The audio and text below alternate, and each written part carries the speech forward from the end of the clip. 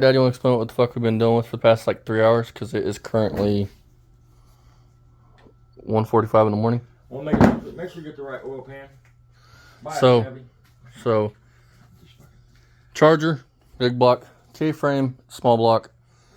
Okay, that's the right oil pan for a 74 charger, 933. The problem is, that's for a big block K-frame. They're shaped differently. For 40 source mounts, I haven't called them yet, but I imagine they know the exact oil pan you need. I actually had a 187 oil pan off of a C-body, like 67-ish, that seems to clear all right. So I'll get a hold of, I'll text old dude in Kansas tomorrow and see if he knows the oil pan. Maybe he'll have an oil pan. I mean, the problem with that one is when you had it sitting in here between the motor mounts, the sump wanted to sit on the K-frame. Yeah. Not without bricks. I mean, it needs to be back here. So I kept the 187 because I know that's what everybody uses for A-body swaps. I didn't know that would come in handy this soon, but that's the only way to get the mounts to drop down in there. I mean, that's with that pan. And it's still.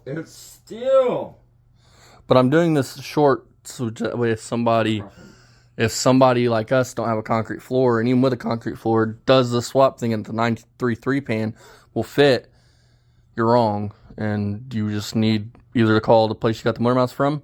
I don't know if Schumachers are different or not. I don't know if you need a special oil pan, but for 440 source, definitely a 933 pan, at least when it worked for us. So, and this is a small block K-frame. So, stay tuned for this video. This has been a nightmare. It's been what? This is what you call painstaking. Right here. It's been what, a month since we started this process? And if I wouldn't have burnt the car, it'd be ready to go down the road here in a couple of days, but...